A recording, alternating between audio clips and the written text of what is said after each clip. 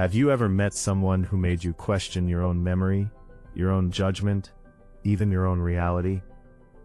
Someone who could hurt you, lie to you, manipulate you, and somehow leave you feeling guilty for reacting to it?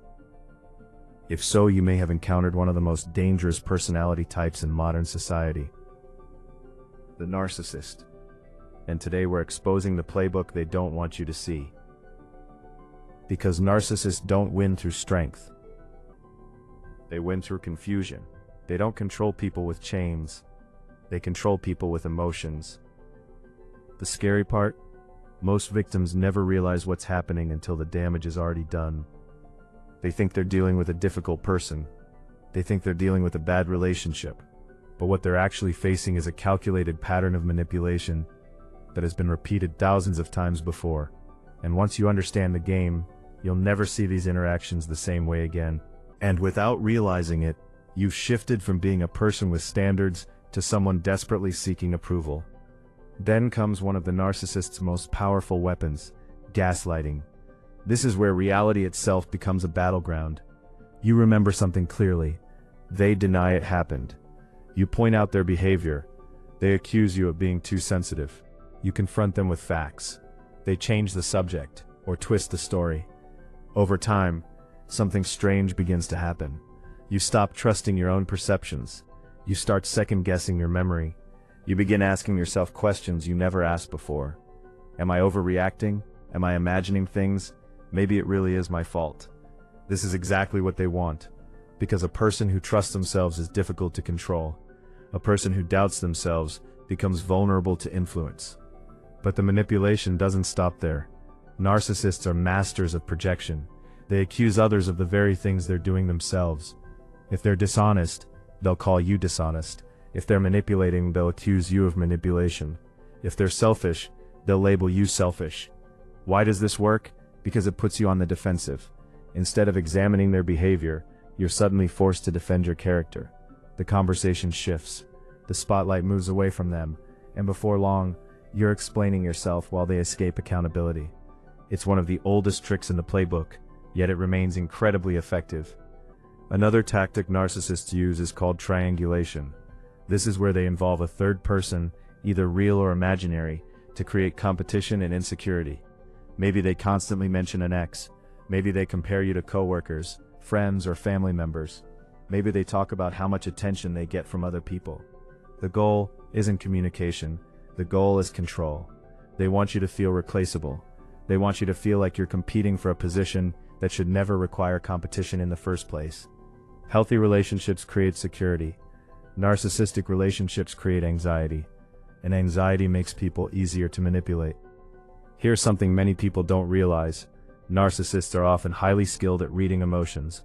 They know exactly what people want to hear. They know how to appear confident, charming, and trustworthy. In fact, many narcissists make incredible first impressions. That's why so many victims struggle to explain their experiences to others. Friends and family often respond with disbelief. They say things like, "But they're so nice," or "They've always been kind to me," and that's the point. The narcissist carefully manages their image. They create different versions of themselves for different audiences. The charming public persona protects the manipulative private persona. Now let's talk about the cycle that keeps people trapped. It usually follows a predictable pattern: idealization, devaluation, discard, and sometimes hoovering. First you're placed on a pedestal, then you're criticized and diminished, then you're discarded or emotionally abandoned. And when you finally begin moving on, they return. They send a message, they apologize, they promise change, they remind you of the good times. Why? Because control is never truly satisfying for a narcissist. They crave attention, they crave validation, they crave emotional supply. And former victims often represent a familiar source of that supply. One of the most dangerous mistakes people make is assuming narcissists think the way healthy people think. They don't. Most people enter relationships seeking connection, trust, and mutual respect. Narcissists often enter relationships seeking admiration, control, and validation. That's a completely different objective. Imagine playing a game where you think the goal is teamwork, while the other person believes the goal is domination. No wonder the relationship feels confusing. You're following one set of rules while they're following another. Have you noticed how narcissists rarely accept responsibility? Even when the evidence is overwhelming, accountability seems impossible. There's always an excuse, always a justification, always someone else to blame. This isn't accidental. Accountability threatens the image they've created. Deep down, many narcissists possess an extremely fragile sense of self-worth. Criticism feels unbearable. Admitting fault feels dangerous. So they construct elaborate defenses designed to protect their ego at all costs. Unfortunately, everyone around them ends up paying the price. Let's discuss emotional exhaustion. Many victims describe feeling drained after every interaction. That's because narcissistic dynamics require constant emotional labor. You're always explaining, always defending, always trying to restore peace. Conversations become battles. Boundaries become negotiations.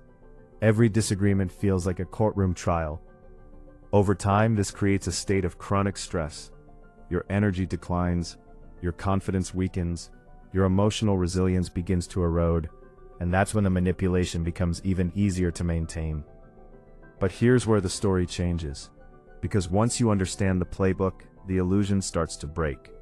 You begin recognizing patterns instead of excuses. You stop focusing on words and start focusing on actions. You stop asking whether someone meant well and start asking whether their behavior is healthy. This shift is powerful. It transforms confusion into clarity, and clarity is the enemy of manipulation. One of the strongest defenses against narcissistic behavior is boundaries. Not arguments, not explanations, not attempts to convince them to change. Boundaries. A boundary is simply a line that protects your well-being. It communicates what you will and will not tolerate. The reason boundaries are so effective is because they remove the narcissist's favorite playground, endless emotional negotiation. Healthy people respect boundaries, manipulative people resist them, and that reaction tells you everything you need to know. Another important lesson is learning to trust patterns over promises. Anyone can promise change, anyone can say the right words. Real transformation is demonstrated through consistent action over time. Narcissists often rely on emotional speeches, dramatic apologies, and temporary improvements to regain control. But genuine change isn't measured in days, it's measured in months and years. Consistency reveals character far more accurately than emotion ever will. There's also a hard truth many people need to hear. You cannot heal someone who refuses to acknowledge their behavior. You cannot love someone into accountability. You cannot sacrifice enough to fix a person who doesn't want to change. Many victims stay because they believe the good version of the narcissist will eventually return permanently. But the version that appears during manipulation is just as real as the version that appears during affection. Ignoring one while focusing on the other creates false hope. The moment many survivors begin recovering is the moment they stop asking, "How do I get them to understand?" and start asking, "Why am I accepting this treatment?" That's a powerful question, because it redirects attention to the only person you can actually control, yourself. It shifts the focus from changing others to protecting your own well-being, and that's where real empowerment begins. Remember, narcissists thrive in confusion, self-doubt, and emotional chaos. They struggle when faced with confidence, boundaries, and clarity. The more clearly you see the pattern, the less power the pattern has over you. Knowledge becomes protection, awareness becomes freedom, and every tactic loses effectiveness once it's exposed. So if you've recognized these behaviors in someone around you, pay attention. Don't ignore the red flags. Don't dismiss your intuition. Don't explain away patterns that consistently hurt you. Trust what repeated actions reveal. Trust what your experience is teaching you. And most importantly, trust that you deserve relationships built on respect rather than control. Because the narcissist's greatest weapon has never been manipulation itself. It's secrecy. It's keeping the playbook hidden. And now that you've seen the playbook, you can recognize the game before it traps you. If this message opened your eyes, share it with someone who needs to hear it. Because the more people understand these tactics, the less power they have. And that is exactly what narcissists fear most.